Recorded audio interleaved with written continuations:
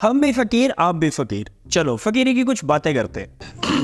क्या बात कर रहे हैं? आप सच्ची बताना, कुछ लोगों को देखकर आपको ऐसा बिल्कुल नहीं लगता? कौन है ये लोग? कुछ भी कहो, लेकिन ऐसे लोगों का होना भी बहुत जरूरी है इस दुनिया में। यहीं से हमें पता चलता है कि दिमागी बीमारी किसको कहते हैं। आज हम ऐसे ही लोगों को कॉल आउट करेंगे जो हिंदुत्व के नाम पर आपको तो बेवकूफ बना रहे हैं और खुद वो करोड़ों कमा रहे हैं, क्योंकि अब सीरियसली ना हद हो गई है। ये लोग हिंदुत्व की रक्षा के नाम पर कुछ भी पहले जा रहे हैं और बसड़ में बसड़ फैलाते जा रहे हैं। तुम्हें पता है हमारे देश का सबसे बड़ा दुश्मन कौन है? हमारे देश का सबसे बड़ा दुश्मन जो हमारे देश के अंदर गद्दार बैठ रखे हैं, और सबसे ज्यादा गद्दार तुम्हें पता कौन है? मैं अब वो नहीं बोलूंगा, किसी कम्युनिटी को टारगेट नहीं करूंगा। और हाँ, इस वीडियो को सेव कर लेना आने वाली जनरेशन के लिए, ताकि आने वाली जनरेशन को भी इन फ्यूचर ये चीज पता चले कि कोरोना के साथ साथ एक और बड़ी खतरनाक वेव आई थी जिसने कोरोना से ज्यादा तबाही फैलाई थी। So welcome to another episode of this light hearted series, ये है फकीरी।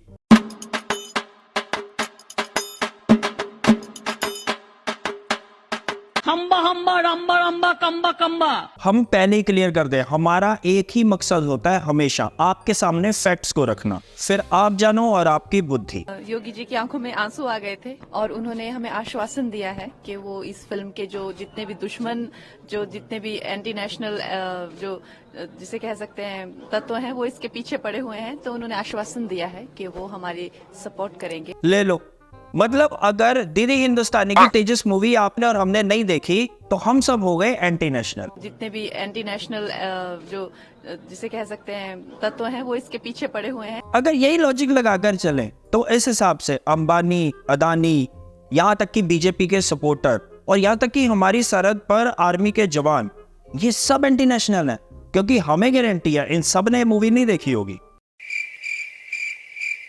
अब हम इतने कॉन्फिडेंस से कैसे कह रहे हैं कि इन सब ने ये मूवी नहीं देखी? मूवी का कुल कलेक्शन ही 5 करोड़ है अब तक का। नहीं, एक टाइम था जब बॉलीवुड में दीदी हिंदुस्तानी की एक्टिंग की तुती बोलती थी, पर वो टाइम गया। मेरा तो इतना लाइफ खराब हो गया है, इतना लाइफ खराब हो गया है मेरा। अब दीदी आपको जरूरत है इलाज की, ऐसा लोग कह रहे हैं और हमें भी कहीं ना कहीं यही लगता है। अब इसमें पूरी तरह दीदी हिंदुस्तानी भी गलत नहीं है। अब दीदी हिंदुस्तानी की जगह कोई और भी होगा तो उसको एक बार को तो धक्का लगेगा ही। अब खुद देखो, दीदी ने मूवी के रिलीज से पहले क्या क्या नौटंकी नहीं की। रामलीला मैदान में रावण को जलाने चली गई, इजराइल के एम्बेसडर से मिलने चली गई, और तो और राम मंदिर में भी पहुंच गई अपनी मूवी की पब्लिसिटी करने के लिए। और हमारी फिल्म जो तेजस्वी है उसमें भी राम मंदिर की एक भूमिका है, अहम भूमिका है। हुआ क्या? अब ऐसे में किसी का भी दिमागी संतुलन तो बिगड़ेगा ही बिगड़ेगा। जोक्स अपार्ट, होता क्या है कि जब आप फेक हिंदू हिंदू चिल्लाते हो सिर्फ और सिर्फ पॉलिटिकल एडवांटेज लेने के लिए, तो जनता सब समझती है। जनता इतनी बेवकूफ नहीं होती। और जो आजादी मिली है वो 2014 में मिली है। सुशांत सिंह राजपूत का केस तो आपको याद ही होगा। उसमें इसी दीदी ने पानी पी पी कर पूरे बॉलीवुड को गालियां दी। आपने कह दिया कि ये 4-5 खानदान है जो फिल्म इंडस्ट्री चलाते हैं, तो ये तो बात सच है। उसके बाद भी इन्होंने देखा कि अब तो हवा हिंदुत्व की चल रही है, तो ये पॉलिटिकल एडवांटेज लेने के लिए हिंदुत्व की धारा के साथ बहली। नमस्ते दोस्तों, हम सब जानते हैं कि उत्तर प्रदेश में चुनाव चल रहे हैं। याद रखें कि हमें अपनी चहेती योगी सरकार को फिर से वापस लाना है, इसलिए भर भर के वोट देने होंगे। पर दीदी यहाँ पर एक मिस्टेक कर गई। वो यहाँ पर ये भूल गई कि इन्होंने अपने पुराने इंटरव्यूज में क्या क्या बोला हुआ है और अब ये किस तरह से पलटी मार रही है। जनता सब समझती है। जैसे ही मैं घर से भागी, 1.5-2 साल में मैं एक फिल्म स्टार थी, एक ड्रग एडिक्ट थी। और हमारी फिल्म जो तेजस्वी है उसमें भी राम मंदिर की एक भूमिका है, अहम भूमिका है। अच्छा, हिंदुत्व का झंडा उठाने वाली सिर्फ दीदी नहीं है, ऐसी एक और महान शख्सियत है जो अभी अभी लाइमलाइट में आई है। अरे एलविश भाई के आगे कोई बोल सकता है क्या? ना भाई, हम कुछ नहीं बोल रहे, यूपी पुलिस बोल रही है। वाकई बहुत बड़ी खबर है जो पुलिस ने इस मामले में एफआईआर दर्ज की है, उसमें अहम खुलासा हुआ है। Big boss winner Elvish Yadav का भी नाम है। आरोप है कि रेव पार्टी में वो सांपों की सप्लाई करते थे। अरे एलविश भाई के आगे कोई बोल सकता है क्या? यार एक बात ना हमारी समझ से बिल्कुल परे है। हमारे देश में इतने आइडल्स हैं जिनको यूथ फॉलो कर सकता है। एपीजे अब्दुल कलाम, रतन टाटा, यहाँ तक कि हम तो ये भी कहते हैं अंबानी और अडानी को भी आप आइडलाइज कर सकते हो। बात चाहे कुछ भी हो, उनके खिलाफ कुछ भी चल रहा हो, लेकिन बिजनेसमैन तो वो अच्छे हैं। लेकिन हमारे यूथ को आइडल बनाना किसको है? अरे एल्विश भाई के आगे कोई बोल सकता है क्या? अब हमें ये समझ में नहीं आता कि हमारे यूथ को इन जैसे लोगों को आइडल बना के मिलता क्या है।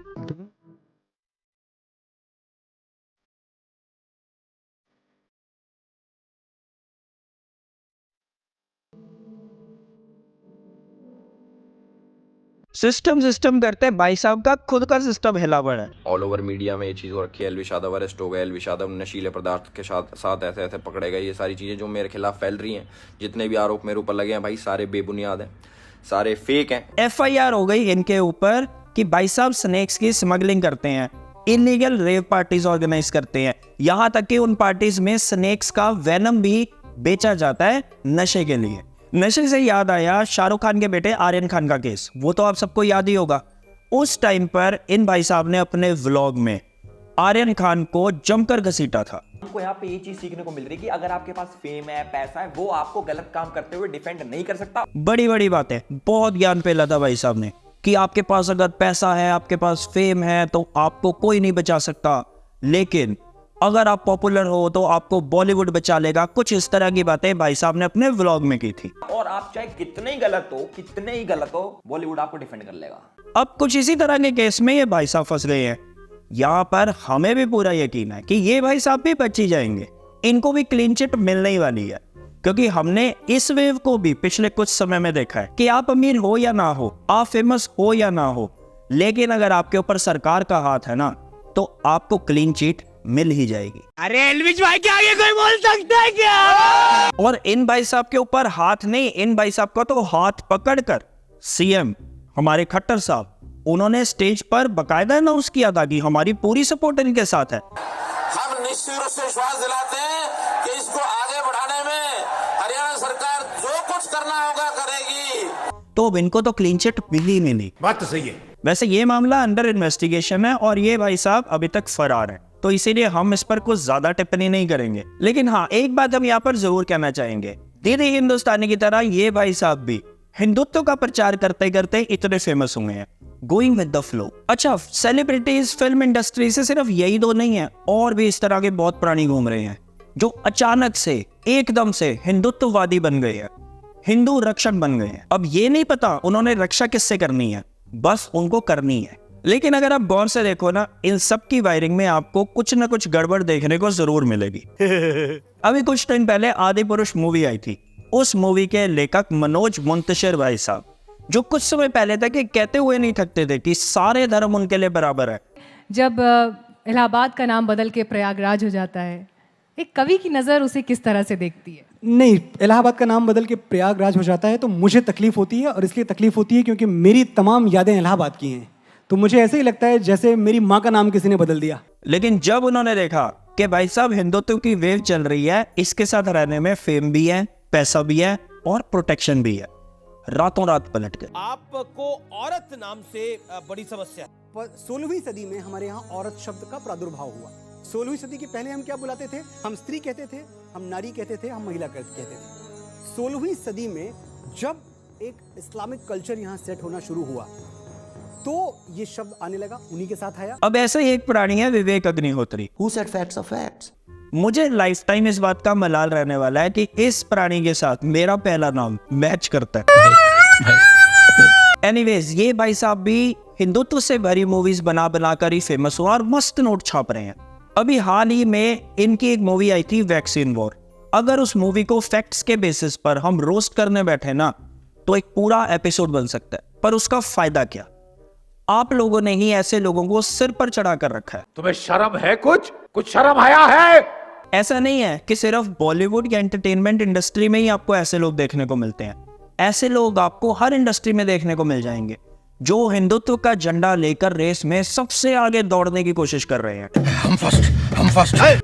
अब आपको छोटे से एग्जांपल से एक और इंसान के दर्शन कराते हैं जो कहीं ना कहीं इसी लीक पर चलता है। Meat eating connected to earthquake. Meat eating.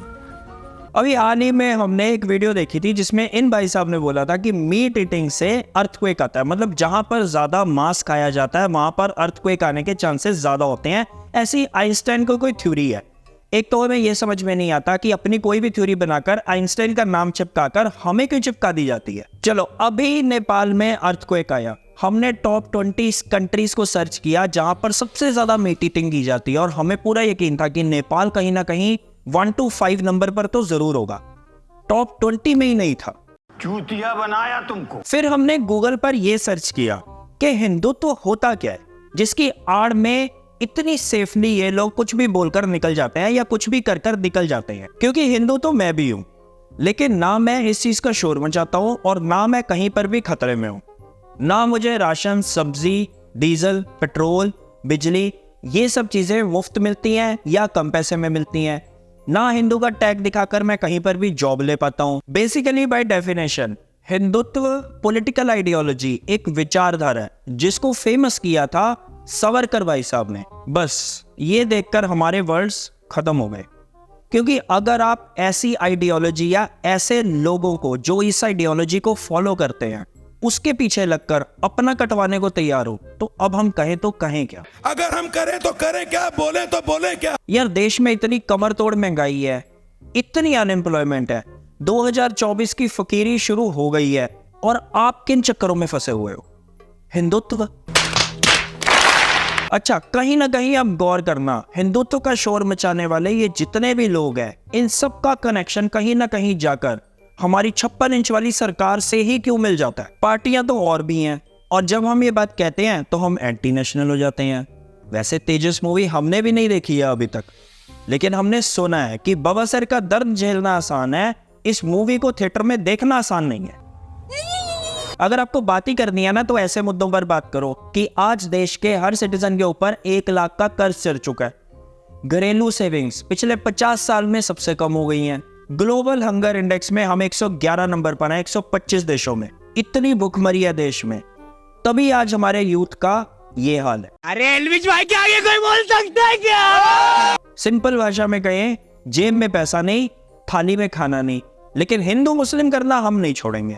हम हर बार आपसे कहते हैं, आज फिर कह रहे हैं, अगर आपके आसपास कोई भी अंधभक्त है, व्हाट्सएप यूनिवर्सिटी का ग्रेजुएट है, या इन एल्विश जैसे लोगों का कोई भी फैन है, अभी इसी वक्त उसकी कंपनी से बाहर आ जाओ, अपनी अकल लगाओ और खुद सोचो, क्या वाकई हम विश्वगुरु बन गए हैं या सिर्फ ये हमें बताया जा रहा है? तू समझा नहीं, तू समझा नहीं। हर बार की तरह हम फिर कहेंगे, वोट सोच समझ कर दो, वरना 5 साल ऐसे ही नेताओं को झेलना पड़ेगा और उनसे ऐसा ही यूथ तैयार होगा।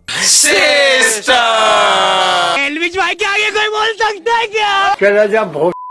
बाकी India is great, be healthy, be happy. बाकी तू बोल दे यार।